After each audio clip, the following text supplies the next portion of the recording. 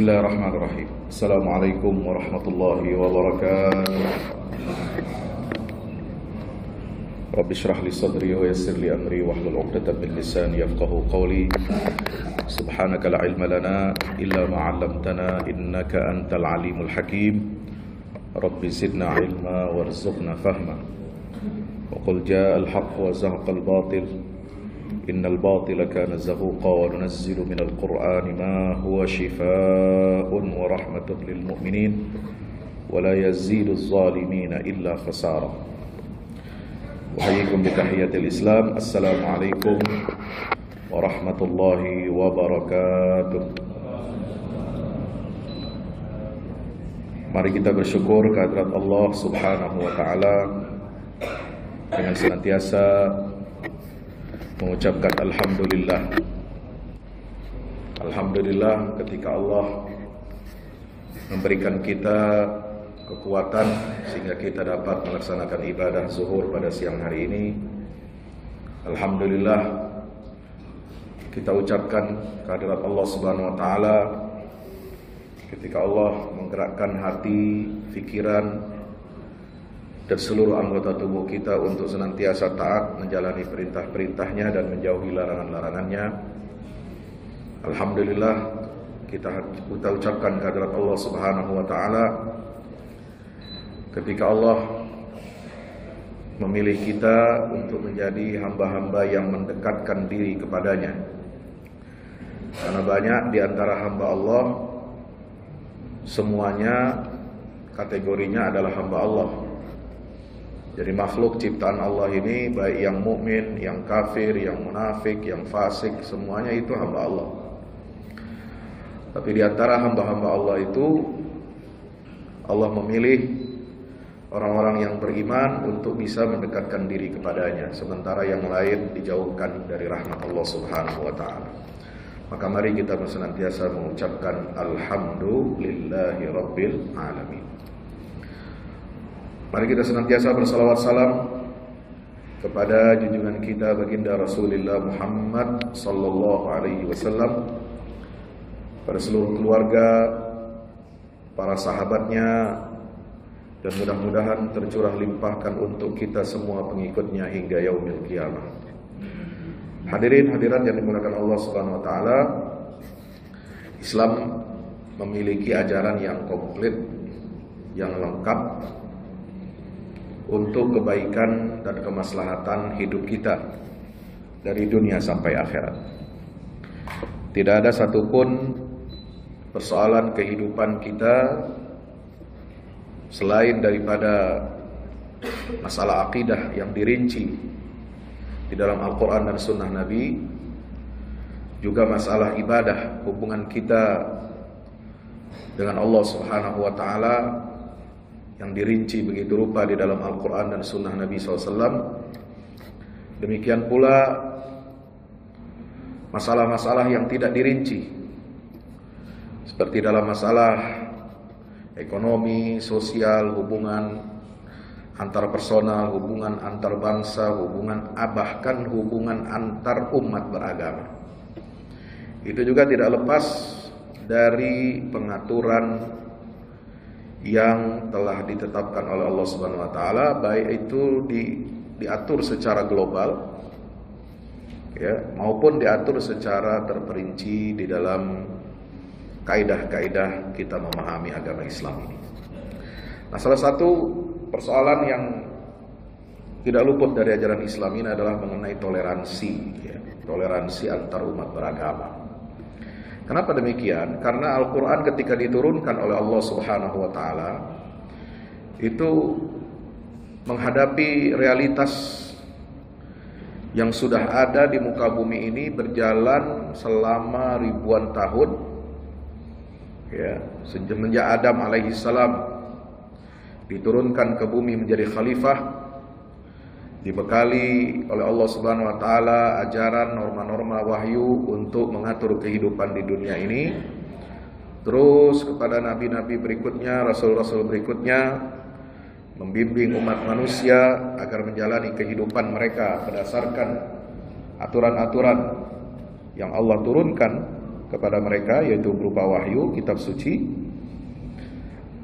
maka ada realitas yang tidak bisa dipungkiri, yaitu ketika para nabi dan rasul itu membawa ajaran tauhid, ya, tauhid mengesahkan Allah, itu ajaran yang pertama diterima oleh umat manusia.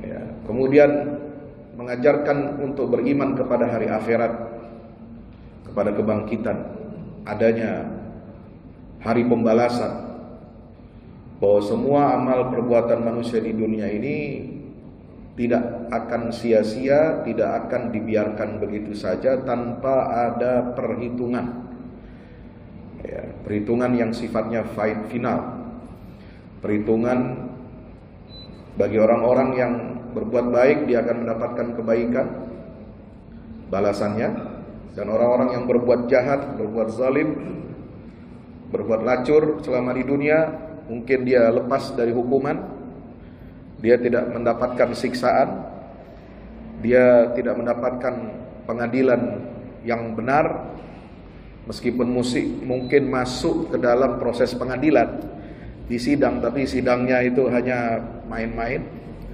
sidangnya bisa dibeli misalnya, atau hukum internasional tidak menjangkau orang itu, sebagaimana kezaliman-kezaliman yang ditunjukkan oleh negara-negara adidaya terhadap orang-orang yang tidak berdosa, termasuk di Palestina. Ya kan, berapa banyak pemimpin Israel sejak berdiri negara itu tahun 48 sampai sekarang, kan mereka tidak tersentuh hukum internasional.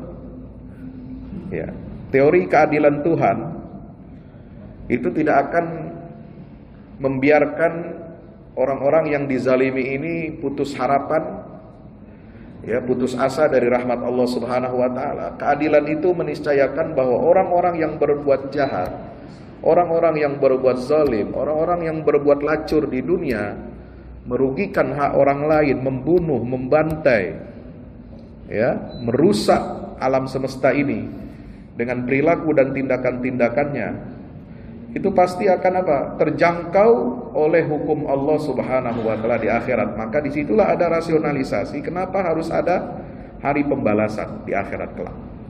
Karena di dunia banyak orang tidak, ya, atau kita ibaratkan dengan apa? Istilah kebal hukum. Ya, di dunia ini semua permainan senda gurau. Ya. Tidak mungkin Allah akan mengecewakan hamba-hambanya yang dizalimi. Ya. Tidak mungkin Allah membiarkan orang-orang yang berbuat jahat, orang-orang yang berbuat syirik kepadanya, orang-orang yang berbuat lacur kepada hak-hak Allah dan hak-hak manusia, dia akan dibiarkan bebas begitu saja, lalu dengan enaknya mengatakan tidak ada hari pembalasan. Urusan dunia selesai dengan kita mati, masuk dalam kubur. Enggak begitu, saudara. Nah, maka itu inilah agama para nabi dan rasul, mengajarkan dari dulu sampai Nabi Muhammad SAW. Ya, garisnya sama, garisnya tegas, garisnya lurus. Tetapi kemudian ada berbagai macam penyimpangan-penyimpangan. Ya, di antara manusia ini merasa ada yang lebih pintar, merasa lebih hebat, merasa dia bisa lebih sempurna, lalu mengatakan aturan-aturan Tuhan itu tidak cocok untuk kehidupan manusia, sehingga dia membuat ajaran-ajaran, aturan-aturan sendiri. Atau dia menyimpangkan kitab-kitab suci, menyelewengkan isi kitab suci itu, mengganti isi kitab suci itu dengan yang lainnya yang diimpor dari hasil olah fikir, olah rasa, olah jiwa peradaban manusia. Sehingga di dalam studi agama ini kita kenal ada dua agama, ada agama wahyu dan ada agama budaya.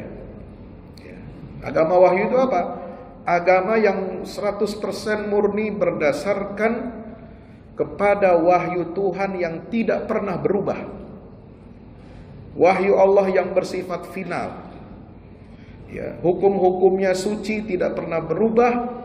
Yang sudah dirinci itu tidak akan pernah berubah, dan haram jadi halal, halal jadi haram karena mengikuti tuntutan dan kondisi manusia. Ya.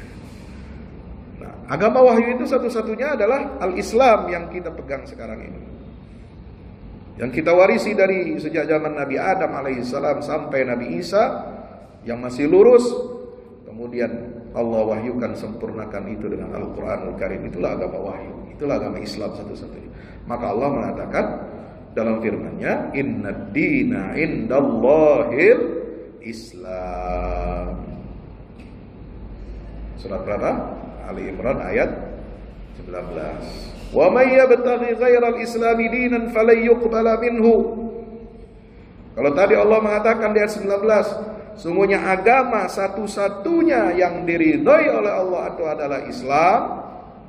Maka di ayat 80 di surat yang sama Ali Imran Allah menyatakan, wa man yabtaghi ghairal islami dinan. Siapa orang hamba Allah lahir ke dunia dengan membawa rizki dari Allah, berhutang kepada Allah, semua fasilitas hidupnya dijamin oleh Allah, rezekinya dibawa dari sebelum lahir sampai dia mati, tapi kemudian dia mencari agama tuntunan hidup selain daripada Islam, falan yuqbala minhu, maka dia tidak akan diterima statusnya oleh Allah Subhanahu wa ta'ala. Persembahannya tidak diterima, ibadahnya enggak diterima, amal solehnya kalau ada, ya kan enggak semua orang kafir itu jahat, Pak. Betul. Ada yang baik, rajin, sedekah, berderma, ya kan, punya yayasan, walaupun namanya bukan yayasan wakaf, atau namanya foundation apa gitu kan. Kayak siapa itu? Orang-orang kaya di dunia itu kan punya foundation ya, lembaga-lembaga amal, ya kan banyak. Mereka berkasih, berderma. Kemudian mereka menyumbang kepada negara, ya kan, dengan pajaknya dan lain sebagainya. Itu kan kebaikan itu. Nah, yang begini-begini ini fala yuqbala minhu, ya. Ini kita harus sampaikan apa adanya ya. Karena ini akidah, ya. Tidak akan diterima apapun. Ya. Wa huwa fil akhirati minal khasirin, dan di akhirat dia termasuk orang-orang yang merugi. Kenapa? Karena dia sudah mendapatkan semua fasilitas itu, kekayaan-kekayaan itu, semua anugerah-anugerah dari Allah gratis. Tapi dia tidak mengikuti, tidak tunduk dan tidak patuh kepada aturan hidup yang diwahyukan oleh Allah Subhanahu wa ta'ala. Nah, ini dalam akidah ini jelas dijelasin tuh sama Al-Qur'an itu ya. Enggak ada basa-basi. Jadi kalau dalam masalah akidah enggak pakai basa-basi. Ya, karena Al-Qur'an itu tegas tuh. Ya, kalau mengkafirkan, ya kalau memang kita enggak boleh mudah mengkafirkan apalagi sama muslim, tapi kalau mengkafirkan orang yang sudah kafir itu jelas dalam Al-Qur'an. Laqad kafara alladziina qalu innallaha huwal masih ibnu Maryam. Nah, itu kan ayatnya ada. Laqad kafara alladziina qalu, apalagi ya, apa namanya, al-masih ibnullah dan seterusnya dan seterusnya. Nah, itu menunjukkan apa? Bahwa dalam akidah ini bahkan kita sholat, ya, yang kita baca surat Al-Fatihah itu mulai dari awal sampai akhir kan ujungnya doa ihdinas siratal mustaqim. Apa itu definisi siratal mustaqim?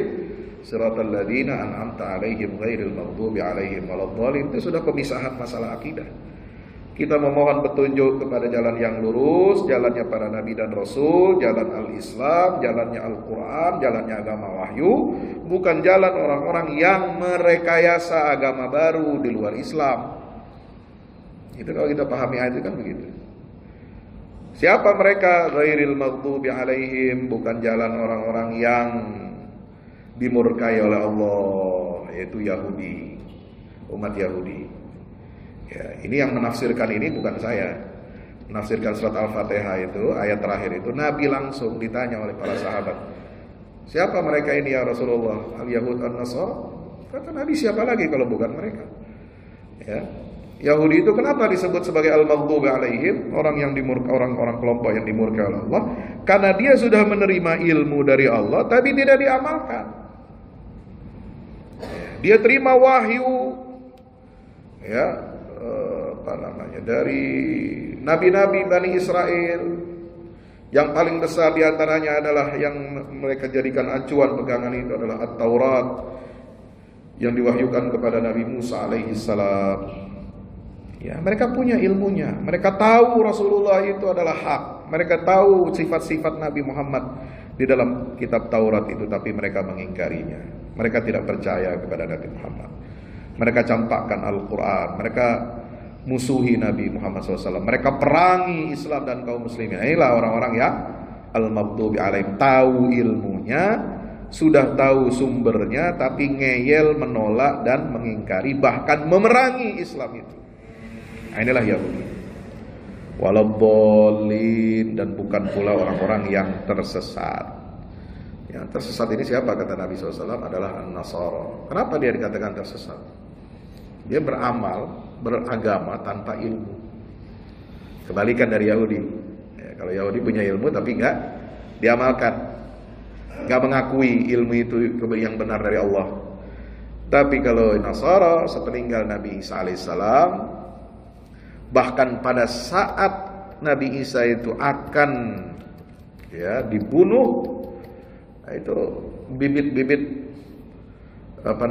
kesesatan kaum Nasrani sudah ada, dimunculkan, ditampakkan oleh Allah Subhanahu wa taala. Mereka lebih percaya bahwa yang disalib itu adalah Nabi Isa, padahal Allah menegaskan wa ma qataluhu wa ma salabuhu walakin subbiha lahum. Orang-orang Yahudi yang memusuhi Nabi Isa, dakwah Nabi Isa, yang berkolaborasi dengan orang-orang Romawi, di situ disebutnya dia sebagai gubernur yang berkuasa atas Yerusalem, itu Raja Herodes. Itu mengirimkan tentara, pasukan bersama orang-orang Yahudi, rabi-rabi Yahudi, untuk mengeksekusi Nabi Isa. Karena dianggap Nabi Isa ini ahli bid'ah. Itu. Orang buat bikin ajaran baru dalam agama Yahudi, keluar dari agama Yahudi. Agama Yahudi itu kan keras, Pak. Kalau dalam hukum perang, pernah nggak saya jelaskan di sini? Oh, belum ya. Ada hukum perang Yahudi itu, bisa kalau Bapak belum mengikuti kajiannya, saya sudah sampaikan di kajian subuh di Masjid Darussalam Kota Wisata, itu di YouTube saya ada. Itu hukum perang Yahudi itu sangat keras. Itu sama dengan genosida seperti yang terjadi di Gaza ini. Mereka merujuk kepada ajaran-ajaran Yahudi kuno. Pembantaian, nggak memisahkan, nggak membedakan mana orang tua, mana anak kecil, mana perempuan, mana yang kombatan, mana yang bukan. Itulah hukum Yahudi zaman dulu.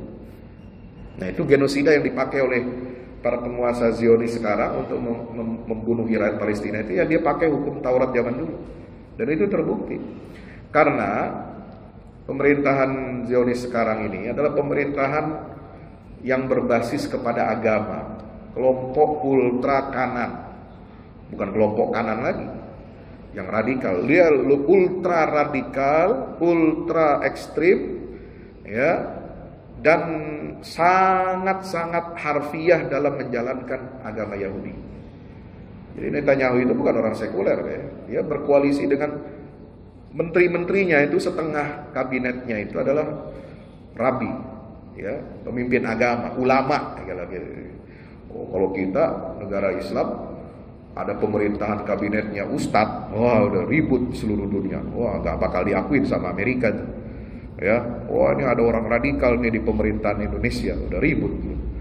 Atau di mana Afghanistan dibilang ini pemerintahan Islam, pemerintahan ekstremis, Taliban. Apa yang jadi isu di Indonesia, Taliban, Taliban itu. Nah, itu. Padahal di Israel itu sendiri itu pemerintahan berbasis agama, doktrin Yahudi yang kuat. Nah, ketika mereka ingin mengeksekusi Nabi Isa, kan Allah sudah menegaskan mereka tidak berhasil dan tidak akan diizinkan oleh Allah membunuh. Kenapa? Setiap nabi itu pasti ditolong oleh Allah. Ma qataluhu, mereka tidak akan bisa membunuhnya. Wa ma salabu, mereka tidak bisa menyalibnya. Walakin subbiha lahum, orang yang ada di situ dilihat, disaksikan oleh mereka yang memburu Nabi Isa, dianggap mati, lalu kemudian disalib. Itu ternyata kata Allah bukan Nabi Isa, tapi orang yang diserupakan wajahnya, postur tubuhnya dan semuanya dimiripkan dengan Nabi Isa alaihi salam. Hadirin rahmati Allah. Kenapa Yahudi menganggap Isa ini orang sesat, orang yang harus dibunuh? Ya, karena menyimpang dari agama Yahudi. Karena dia membawa ajaran cinta kasih, damai. Ya, kalau hukum perang Yahudi kan ganas tuh. Kalau Nabi Isa memaafkan, orang zalim aja dimaafkan, orang pembunuh aja dimaafkan. Bahkan di dalam ayat Bible dikatakan, yang perjanjian baru ya, kalau kamu ditampar pipi kanan, kasih pipi kiri kamu. Nah kan begitu. Jadi terlalu lembut gitu, dianggap wah ini penyimpang ini. Ini bukan ajaran Yahudi ini. Ya, ini ajaran apa? Ini baru, ini bid'ah, kafir.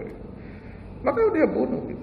Tapi Allah selamatkan Nabi. Nah, inilah fakta hakikat yang kita baca setiap sholat, masalah akidah ini. Ya, ini yang menjadi inti perseteruan di mana-mana di seluruh dunia sekarang. Jadi subhanallah, orang Islam ini luar biasa ya. Ketika sholat aja, ketika dia baca ayat-ayat itu dia sedang membaca situasi kondisi dunia ini, geopolitik dunia sekarang itu tidak lepas dari ayat Al-Fatihah ini. Ihdinas siratal mustaqim, siratal ladzina an'amta 'alaihim ghairil maghdubi 'alaihim waladdallin. Mereka ini perang satu sama lain, tapi lalu mereka ya, Yahudi dan Kristen ini sebenarnya perang, konflik sama mereka. Tapi ketika menjadikan Islam sebagai musuh bersama, jadilah kita samsak. Jadilah kita nih bulan-bulanan. Lalu kemudian ada sebagian kita yang memberikan walanya. Apakah walanya, loyalitasnya kepada Yahudi atau loyalitasnya kepada kaum Nasrani? Untuk apa? Mendapatkan keridhaan mereka.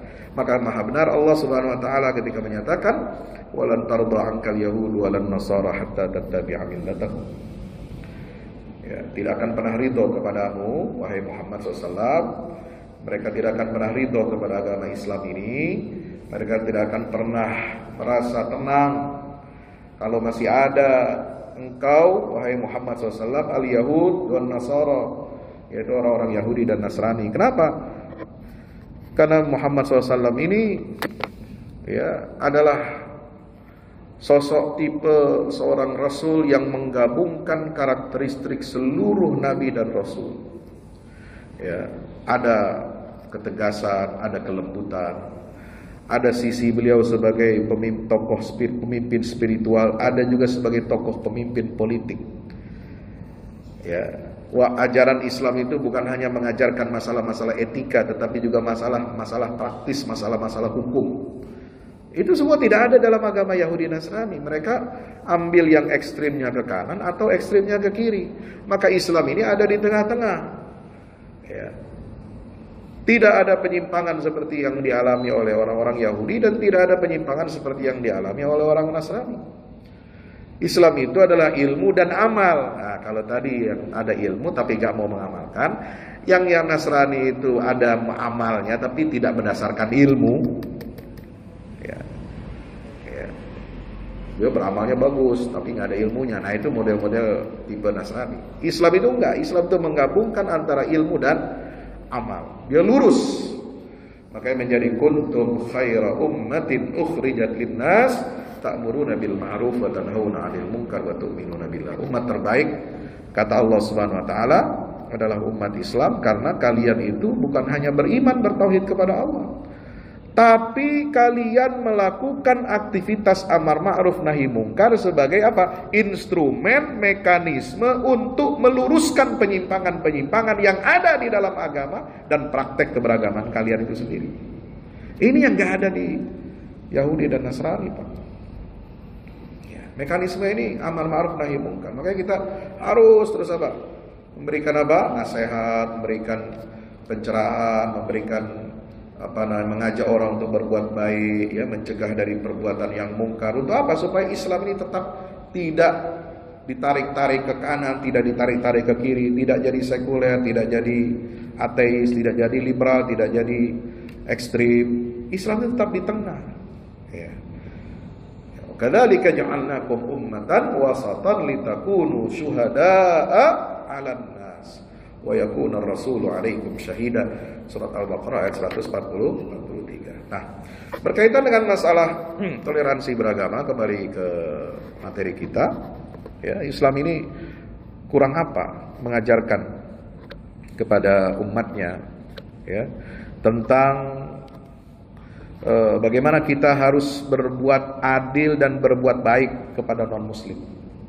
Silakan buka Bapak Ibu surat Al-Mumtahinah ayat 8 dan 9 ya. A'udzubillahi minasyaitonirrajim. La yanhaakumullahu 'anil ladzina lam yuqatilukum fid dini wa lam yukhrijukum min diyarikum an tabarruhum wa tuqsitu ilaihim innallaha yuhibbul muqsitin. Allah itu tidak melarang kamu berbuat baik dan berlaku adil. Kepada siapa? Orang-orang yang tidak memerangimu dalam urusan agama dan tidak mengusir kamu dari kampung halamanmu. Ya, ini orang berbeda agama dengan kita. Ya. Jadi syaratnya ada kondisi-kondisi yang disebutkan dalam ayat ini. Ya, umat Islam itu diperintahkan oleh Allah untuk apa? Berbuat baik dan berlaku adil. Bahkan terhadap orang-orang kafir. Selama apa?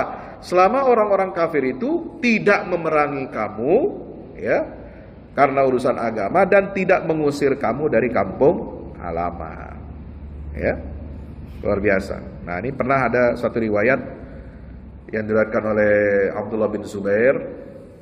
Abdullah bin Zubair ini kan putra Zubair bin Awam. Zubair bin Awam ini suami dari Asma binti Abi Bakar. Jadi menantunya Abu Bakar Siddiq. Ya, berarti Asma ini saudara kandungnya Aisyah istri Rasulullah sallallahu alaihi wasallam. Pernah ya istri Abu Bakar sebelum dia masuk Islam, ya, namanya Qutailah binti Abdul Uzza menemui putrinya. Putrinya siapa? Abu Bakar. Ya, itu putri kandungnya dia sendiri kan, Qutailah ini. Namanya siapa? Asma binti Abu Bakar. Dengan membawa berbagai hadiah, ya, pengen ya ngalem anaknya kan gitu, pengen jenguk anaknya, namanya ibu ya kangen ya. Waktu itu kan karena ibunya ini belum masuk Islam, ya pasti diceraikan oleh bapaknya, oleh Abu Bakar, karena tidak boleh ada perkawinan campur agama, apalagi dengan orang musyrik. Ya, Abu Bakar ceraikan istrinya itu, sementara anak-anaknya semua masuk Islam. Suatu hari ibunya ini yang kafir ini datang ingin menjenguk putrinya Asma, bawa hadiah, bawa permen, mungkin bawa coklat, bawa boneka, macam-macam. Kemudian Asma enggan menerima hadiah itu dan tidak memperkenankan ibunya masuk rumah. Ya, dia nggak mau. Wah, harus tegas nih dalam masalah akidah. Ya. Kiranya begitu, kirain ya. Kalau udah beda akidah, udah lu nggak ada hubungan apa-apa lagi, nggak ada hubungan sosial, nggak ada hubungan ibu dengan anak, nggak ada hubungan apa, itu duga apa anggapan yang mungkin saat itu ada. Kenapa? Karena belum ada turun wahyunya, gitu kan. Islam ini kan agama wahyu, Pak. Jadi orang itu bertindak berdasarkan apa? Petunjuk dari Allah. Nah, karena belum ada petunjuknya, dia menganggap bahwa kami nggak boleh ya, harus ada pasang garis pemisah ya antara kita dengan mereka. Lalu kemudian Asma mengutus seorang kepada Aisyah. Aisyah ini kakaknya Asma ya, agar menanyakan hal itu kepada baginda Rasulullah SAW. Maka turunlah ayat ini yang ya pesannya adalah membolehkan Asma menerima hadiah dari ibunya itu dan mengizinkan ibunya yang kafir itu tinggal bermalam dan dilayani seperti halnya anak melayani ibunya. Ini kan luar biasa toleransi Islam. Ya, jadi kalau keluarga beda agama, Anda nggak masalah itu bergaul dengan mereka. Ya, jangan dijauhi, jangan orang tuanya beda agama dengan Anda yang baru masuk Islam, malah mau jenguk lalu kemudian Anda tolak, nggak bisa begitu. Perlakukan mereka sebagai halnya keluarga. Ya, kalau mau ngajak makan malam ya ikut, nggak ada masalah selama yang dihidangkan bukan makanan haram atau minuman yang haram, boleh. Gimana Pak Ustadz kalau misalnya hari raya nih Natal kemarin udah lewat ya, keluarga saya yang Nasrani itu ngajak saya makan-makan, ya boleh aja datang, silakan, selama Anda boleh datang dan bisa makan di situ, selama di situ Anda meyakini tidak ada makanan-makanan yang haram atau minuman yang haram yang disediakan. Kalaupun disediakan, ya Anda nggak usah makan, datang aja, boleh. Dakwahkan mereka di situ, jangan malah kabur gitu. Itu kesempatan. ya, diajak silaturahim hari Natal atau hari apa, ya, agama lain itu ya Anda datang kalau diajak oleh keluarga. Ya, tunjukkan kebesaran Islam, tunjukkan bagaimana akhlak Islam itu, tunjukkan bagaimana ajaran Islam yang baik dan benar, gitu ya. Itu kesempatan itu untuk berdakwah. Nah, sampai di sini ketika orang tuanya mau nginap pun di rumahnya ya kita layani, harus dilayani itu. Inilah pesan dari Allah Subhanahu wa taala agar kita ini senantiasa orang beriman tuh ya berbuat baik, mengadakan hubungan persaudaraan, tolong menolong, bantu membantu bahkan dengan orang musyrik sekalipun, selama mereka tidak memiliki niat dan tindakan untuk menghancurkan Islam dan kaum muslimin atau tidak mengusir kaum muslimin dari negeri-negeri mereka. Ya. Bapak Ibu hadirin rahmati Allah Subhanahu wa taala, itulah salah satu keunggulan Islam. Jadi Islam itu melihat ya kekafiran mereka ini yaitu diserahkan ya hukumannya kepada Allah nanti di akhirat. Ya, kita hanya tugasnya apa? Menerima kebenaran Islam dan menerima dengan tegas ya kebenaran Islam itu, lalu menyatakan bahwa kita harus berlepas diri, berlepas diri ya. Maka ada istilah al-wala wal bara, loyalitas dan berlepas diri. Berlepas diri dari apa? Kita loyal kepada Islam dan berlepas diri dari semua agama selain Islam. Nah, kita tunjukkan kesalahannya mereka. Di ayat yang berikutnya, innama yanhakumullahu 'anil ladzina qatalukum fid din wa akhrajukum min diyarikum wa zaharu 'ala ikhrajikum an tawallawhum wa may yatawallahum faulaika humuz zalimun. Yang Allah larang itu yang bagaimana hubungan dengan antar umat beragama yang lain. Allah hanya melarang kamu berteman akrab, ya, menjadikan mereka sebagai pemimpin, menjadikan mereka sebagai sekutu dengan orang-orang yang memerangi kamu dalam urusan agama dan mengusirmu dari kampung halaman. Dan atau membantu orang lain dalam mengusir kamu. Nah, ini yang dilarang oleh Allah. Kita nggak boleh apa? Ya. Nah, ini hebatnya nih ayat ini ya. Kalau ayat yang tadi kan kita tidak dilarang oleh Allah untuk berbuat baik dan berlaku adil. Bagaimana dengan orang yang memerangi, ya, dengan orang yang mengusir umat Islam dari kampung halamannya atau membantu orang lain mengusir kita? Apa yang diberikan panduan oleh Allah di situ? Allah hanya melarang kamu antawallauhum, berteman akrab, menjadikan mereka sekutu dan pemimpin atau pelindung kamu. Berarti tetap kita berbuat baik dan berlaku adil. Dan ini yang dicontoh diterapkan oleh umat Islam salafus saleh itu, generasi sahabat Nabi dan sebagainya. Jadi walaupun orang misalnya kafir ya, Yahudi, Nasrani atau siapapun musyrik ya memusuhi umat Islam misalnya, mengusir umat Islam. Tadi kan contohnya siapa? Ibunya Asma ya, yang kafir itu. Ya. Berbuat baik enggak Asma? Berbuat baik. Ya, tidak dilarang.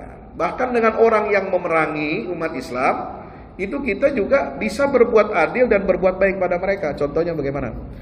Contohnya itu siapa? Salahuddin Al-Ayyubi. Ya, ini musuhnya sakit, ya dikirimin dokter, ya diobatin sama dia. Ya, kan baik itu. Padahal ini orang memusuhi, ini orang jahat, gitu.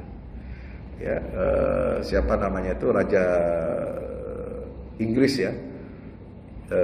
Siapa namanya, julukannya itu The Lionheart itu, pemimpin perang salib dari Inggris waktu ingin merebut kembali Baitul Maqdis.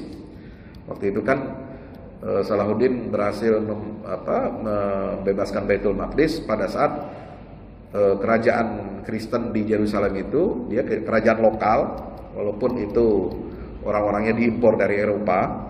Itu Raja Baldwin V. Raja Baldwin V ini sakit kusta. Ya, Salahuddin itu kirim dokter ya ke istana Baldwin itu di kerajaan Yerusalem supaya apa? Penyakitnya sembuh. Ya, karena penyakit kusta waktu itu kan memang susah pengobatannya, ya tetap Walaupun sudah dikirimin obat, dikirimin dokter, dia tetap mati ini orang. Raja Babil ini. Oke, udah selesai. Baitul Maqdis ditaklukkan. Setelah itu tentara salib dari Eropa terus datang untuk merebut lagi. Nah, pernah Raja Lionheart ya dari Inggris, itu siapa nama aslinya itu saya lupa. Pokoknya julukannya itu The Lionheart ya, yang berhati singa.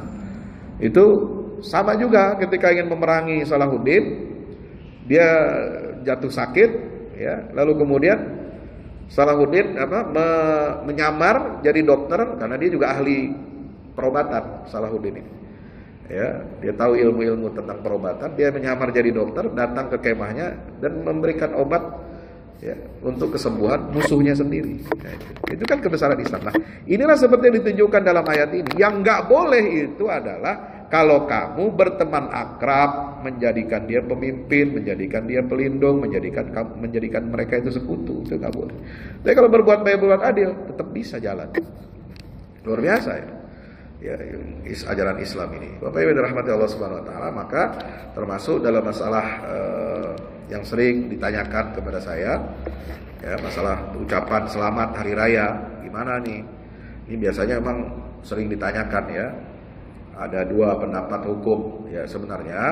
Kalau kita mau melihat referensi, literasi, rujukan para ulama ya, dulu ulama-ulama mutaqaddimin ya, baik salaf maupun khalaf yang mutaqaddimin itu 4 mazhab ini rata-rata tidak setuju ya, atau melarang atau mengharamkan seorang muslim mengucapkan ucapan selamat hari raya untuk umat agama lain ya, karena itu bagian dari syiar. Ucapan selamat itu kan syiar agama ya, apalagi di situ disebutkan ya, makna Natal, cari aja di kamus besar bahasa Indonesia atau nama hari raya apa gitu, cari aja maknanya dalam kamus besar atau istilah teologi, pasti berkaitan dengan ritual dan keyakinan agama tersebut yang tentu saja bertentangan dengan ajaran Islam.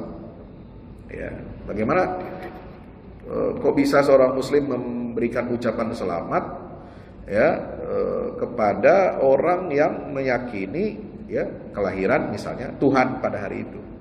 Ya, nah tentu ini tidak pantas. Para ulama sepakat, walaupun tidak ada larangannya, tidak ada larangan yang sharih, yang tegas dari Al-Quran dan Sunnah. Kita tidak boleh menyalami mereka, memberikan ucapan, nggak ada larangan. Yang menyuruh juga nggak ada Nabi SAW menyuruh kita, ucapkan selamat kepada saudara tetangga kamu Yahudi atau Nasrani yang baik sama kamu, itu nggak ada. Jadi nas yang melarang tegas tidak ada. Nas yang memerintahkan juga tidak ada. Maka di situ berlaku apa? Ijtihad. Nah, ijtihadnya apa? Kita ambil dari apa makna arti hari raya itu secara teologis, lalu pantaskah kita mengucapkan selamat kepada orang yang merayakan hari itu. Sementara makna teologis itu bertentangan dengan ajaran Islam. Makanya dikutip ijma' para ulama, ittifaq ulama itu apa? Oleh Imam Ibnul Qayyim Al-Jauziyah. Ya, dalam kitabnya Ahkamu Ahli Dhimmah beliau menyatakan amma tahniyatu bi sya'iril kufril mukhtassati bihi. Saya baca dulu semuanya ya. Fa haramun bil ittifaq mithla an yuhanni'ahum bi a'yadihim wa shaumihim fa yaqulu 'idun mubarakun 'alaika aw tahanna bi hadzal 'id wa nahwihi. Fa hadha in salima qailuhu minal kufri fa huwa minal muharramat wa huwa bi manzilati ay yuhanni'ahu bi sujudihi lis-salib. Bal dzalika a'zamu itsman 'inda Allah wa ashaddu maqtan min at-tahniyati bi syurbil khamri wa qatlin nafsi wa irtikabil farjil harami wa nahwihi. Adapun ucapan selamat dengan simbol-simbol yang khusus dengan kekafiran, maka itu hukumnya haram berdasarkan kesepakatan ulama. Jadi haramnya itu bukan karena ada nas. Ya, harus digarisbawahi ya. Jadi ulama-ulama yang mengharamkan, apakah itu ulama 4 mazhab atau ulama salafi kontemporer ya di Saudi dan di Indonesia, itu haramnya itu semua mengatakan tidak ada nasnya yang melarang, tapi berdasarkan kesepakatan ulama. Jadi itu ijma. Ijma itu di bawah teks Al-Quran, di bawah teks hadis yang tegas. Nah, itu ada namanya ijma. Itu urutan ketiga dalam sumber pengambilan hukum Islam ya. Nah, ijma ulama ini berdasarkan apa? Berdasarkan rasio. rasionalisasi begini. Seperti Anda mengucapkan kepada orang kafir dhimmi pada hari rayanya dan puasa mereka, misalnya mengatakan hari raya yang berkah buat Anda, Id Mubarak. Sama kita mengatakan kan, kalau orang Islam kepada sama Muslim kan hari Idul Fitri mengatakan Id Mubarak atau taqabbalallahu minna wa minkum. Ya, nah kalau kita ucapkan itu kepada mereka, padahal Id Mubarak ini kan tidak ada ucapan Natal ya, tidak ada ucapan yang menyebutkan nama hari raya itu, hanya sekedar Id Mubarak saja. Ya, hari raya yang berkah buat Anda, atau Anda selamat dengan hari raya ini misalnya. Ya. Ini jika yang mengucapkan itu selamat dari kekufuran, maka ia termasuk perbuatan haram. Ya, jadi ulama seperti Ibnu Qayyim al-Jauziyah yang dulu mengutip adanya kesepakatan ulama semua mazhab mengharamkan itu tidak mengatakan, tidak memvonis orang yang mengatakan ucapan selamat hari raya agama itu otomatis kafir. Hati-hati ya. Jadi jangan kita kalau ada mendengar ada ulama, ada pejabat mengucapkan selamat hari raya agama lain, misalnya selamat Natal, lalu kita otomatis mencap dia kafir, murtad dia. Enggak boleh begitu. Ibnu Qayyim saja mengatakan insalima qailuhu minal kufri. Dia memberikan perandai-andaian masih ada kemungkinan itu bukan murtad. Kenapa? Karena pasti seorang muslim yang mengucapkan itu pasti dia tidak meyakini dan tidak menyetujui esensi hari raya yang diucapkan selamat oleh dia. Kan begitu. Namanya dalam pergaulan sosial kan begitu ya, basa-basi. Ya sama orang Belanda. Orang Belanda kan gak suka kalau Indonesia merdeka ya, zaman dulu. Betul gak? Terus Raja Belanda mengucapkan selamat hari proklamasi buat Indonesia. Padahal hatinya mangkal juga, kesel kenapa lu merdeka, kan begitu. Ya, itu sama kayak begitu dalam hubungan sosial, basa-basi itu biasa. Orang yang dulu musuh Indonesia tiba-tiba mengucapkan selamat hari proklamasi. Kan dia dulunya kan dirugikan, makanya dia nggak suka, dia bahkan ingin menjajah Indonesia lagi. Tapi dia ucapkan, terpaksa mengucapkan apa? Selamat proklamasi Indonesia itu. Kenapa? Ya karena sudah pergaulan internasional begitu. Ya mengirimkan utusan kepada presiden, mengirimkan ucapan selamat dan semacam-macamnya. Ya. Nah, itu juga gitu. Nah, kalau orang mengucapkan itu juga pasti dia ada pengingkaran. Gak mungkin lah muslim yang tahu agama ketika dia mengucapkan itu lalu otomatis hatinya membenarkan keyakinan menyimpang atau kekafiran agama tersebut. Nggak mungkin. Makanya kita harus hati-hati ya, jangan mudah memvonis kalau otomatis orang yang mengucapkan selamat Natal itu jadi kafir, jadi murtad. Kalau gitu banyak banget orang murtad. Bahaya. Mengkafirkan dan memurtadkan orang Islam itu konsekuensinya besar. Nggak gampang. Apa konsekuensi kekafiran? Satu, suami atau istrinya harus diceraikan kalau betul-betul dia kafir. Yang kedua, tidak ada hak mewarisi, tidak ada hak perwalian anak dengan orang tua. Ya, kalau mati diperlakukan secara non muslim. Ya, mulai mati dikafanin, nggak ada dikafanin secara Islam dan tidak dikuburkan di kuburannya orang Islam. Ente mau begitu? Memvonis orang yang mengucapkan selamat Natal diperlakukan seperti itu tadi? Nggak bisa. Nggak gampang bos. Ya, makanya jangan kita mudah mengatakan orang mengucapkan itu otomatis kafir. Ya. Paling tidak kata Ibnu Qayyim al-Jauziyah itu termasuk perbuatan dosa haram. Ya, namanya haram dalam fikih itu biasa. Ya, ada yang disebut dengan halal dan haram. Ulama berbeda pendapat. Ya, masalah keharaman sesuatu. Ada yang bilang bekicot haram, ada yang bekicot halal. Terus kalau dia makan bekicot, apakah kemudian kita jadikan dia orang kafir? Enggak kan? Ya, orang makan kepiting, ada hukumnya beda-beda. Kepiting bilang haram, ada yang bilang halal. Nah, beda fikih. Itu tidak ada konsekuensi Anda kafir atau Anda dikatakan orang beriman gitu. Itu kalau masalah fikih ya. Makanya kita harus hati-hati. Maka ucapan tersebut sama dengan ucapan selamat kepada orang yang bersujud kepada salib.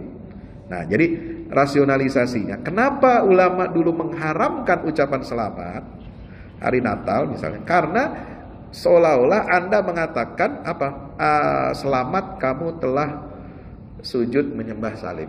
Nah, itu. Jadi itu tatarannya bukan masuk ke dalam akidah tapi masuk dalam tataran ibadah. Ibadah yang bersifat syariat ya. orang menyembah salib itu, walaupun itu ada konsekuensi, tapi itu yang disebut itu sujud kepada salibnya itu yang dosa. Bahkan yang demikian itu lebih berat dosanya menurut Allah dan lebih dimurkai daripada misalnya ucapan selamat kepada orang yang minum khamar. Ada orang baru keluar dari warung warung gelap ya, bawa arak, minuman keras, lalu Anda mengucapkan selamat minum keras. Atau orang yang membunuh orang lain atau berzina ya, atau perbuatan haram-haram yang semisalnya Anda ucapkan selamat, ya itu kan berarti ente gak waras gitu. Orang maksiat kok dikasih ucapan selamat, gimana sih? Orang habis korupsi dikasih ucapan selamat kan gak boleh.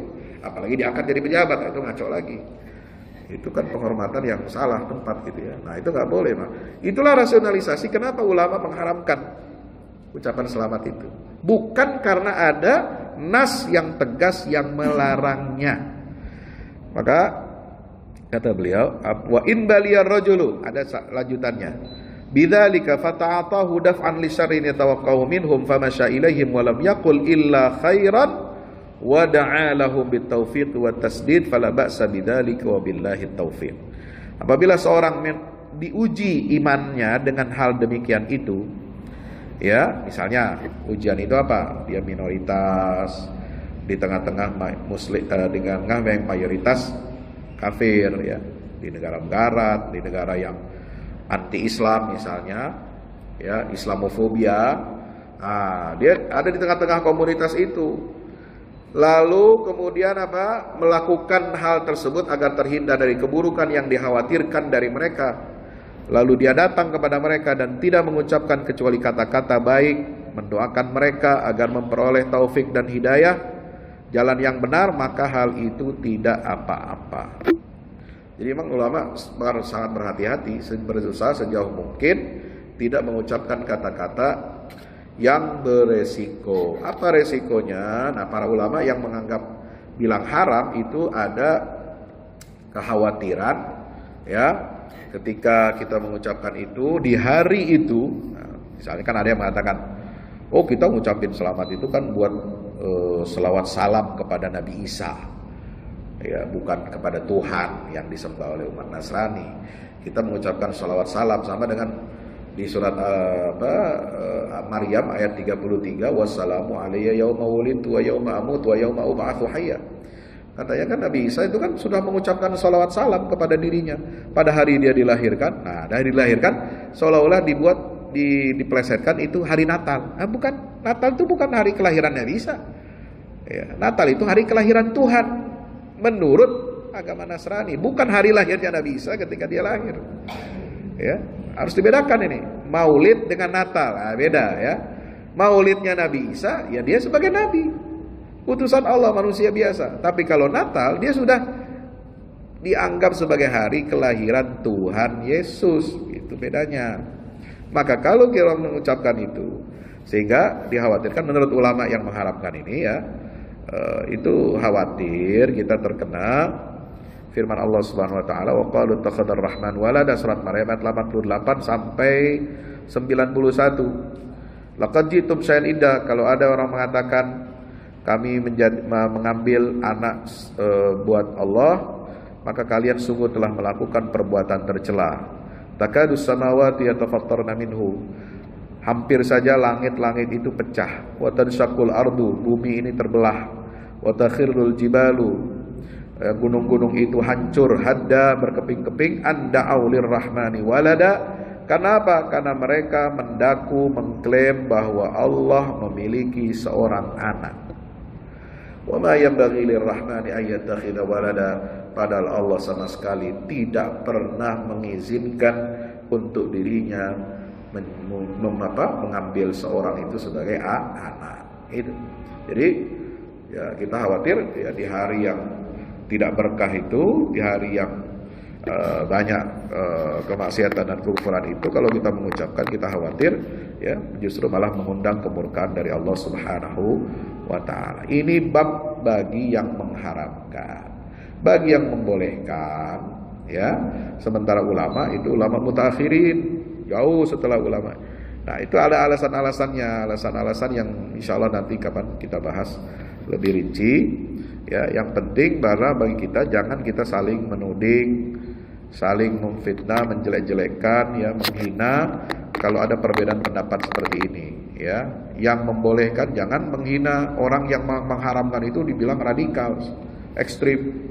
Ini bibit teroris katanya kalau mengharamkan selamat Natal. Itu kelebihan, lebay lo bos, bilang begitu, ya.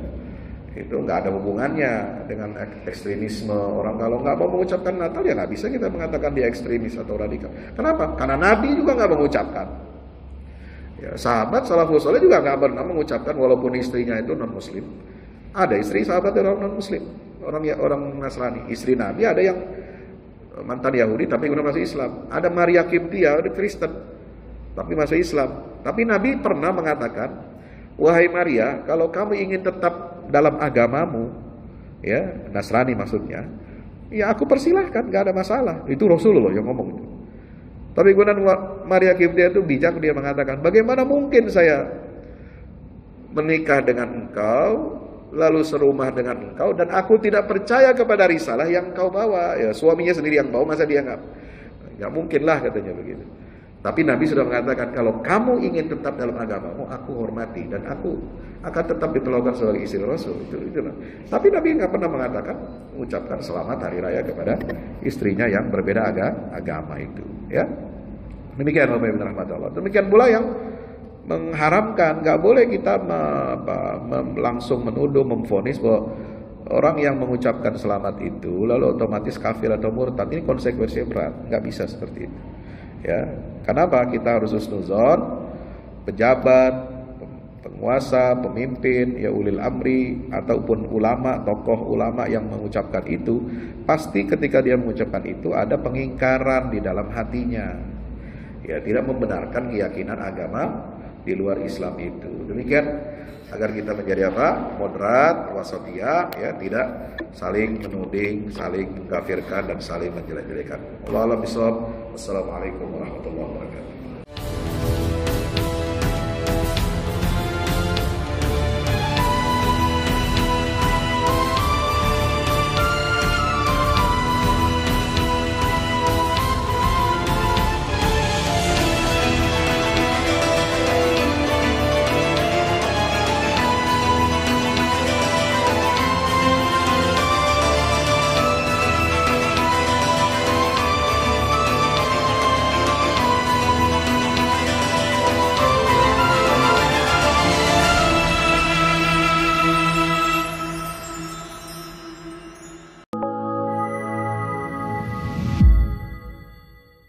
Yang terbaru dari Ustadz Fahmi Salim, buku Runtuhkan Zionis Rebut Baitul Maqdis, buku yang siap membuka cakrawala pikiran dan batin sahabat, sudah bisa dipesan sekarang juga. Hasil yang dicapai para mujahidin dalam pertempuran Badai Al-Aqsa 7 Oktober 2023 memiliki arti penting ataupun nilai strategis, bukan hanya dalam pembuktian bahwa kekuatan Israel bisa dikalahkan bahkan oleh pihak yang memiliki persenjataan jauh di bawahnya, melainkan juga dalam menyadarkan dunia Islam, terutama para pemimpinnya yang memilih menjadi penonton ketimbang membantu sesama saudaranya. Buku ini adalah salah satu bentuk dukungan dan ikhtiar dengan niat berjuang bersama-sama dengan mujahid Palestina. Tak sekedar memberikan informasi, membeberkan fakta atau data kepada khalayak di Indonesia. Buku ini juga hadir untuk meluruskan tudingan bahkan fitnah terhadap para pejuang di sana. Betapapun kita berada jauh dari Al-Quds, melalui buku ini kita akan dapatkan bagaimana kita bisa memperoleh pahala yang sebanding dengan para pejuang di garda terdepan di negeri perlawanan Palestina. Dapatkan buku Runtuhkan Zionis Rebut Baitul Maqdis segera.